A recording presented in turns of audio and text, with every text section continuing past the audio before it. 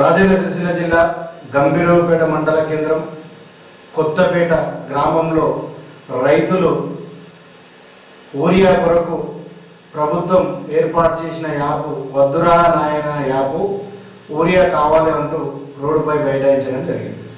రైతుల ఐక్యత రైతులేనిదే రైతులేని రైతుల ఐక్యత యూరియా సమస్య ఏంటంటే పరిష్కరించాలి.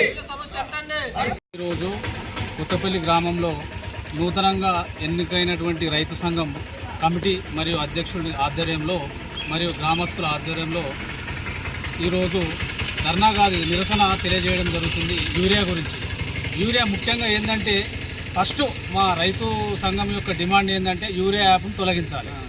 సెకండ్ ఆప్షన్ తొలగించి ఇంతకుముందు మన పాత పద్ధతి ప్రకారం యూరియా పంపిణీ చేయాలి.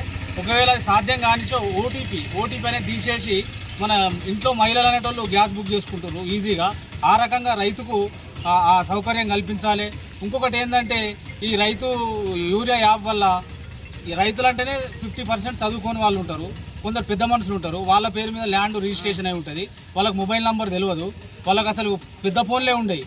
60-70% తల్లిదండ్రుల పేరు మీద ఉంటుంది భూమి, కొడుకుల పేరు మీద ఉంటుంది. కొడుకులు చదువుకున్నా కానీ వాళ్ళు అందుబాటులో ఉండలేరు. వాళ్ళ తల్లిదండ్రులు టైంకు బుక్ చేసుకోలేక ఇబ్బంది పడి పంట నష్టం జరుగుతుంది. పోయిన సంవత్సరం సగం పంట వచ్చింది యూరియా టైంకు అందుబాటులో లేక. దయచేసి మేము కొత్తపల్లి రైతు సంఘం ఆధ్వర్యంలో ఈరోజు నిరసన చేస్తున్నాం. మా యొక్క డిమాండ్ ఏంటంటే యూరియా యాప్ను తొలగించాలి.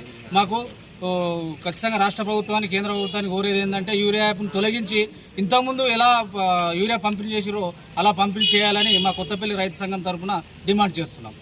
జై జవాన్, జై కిసాన్. అంతే.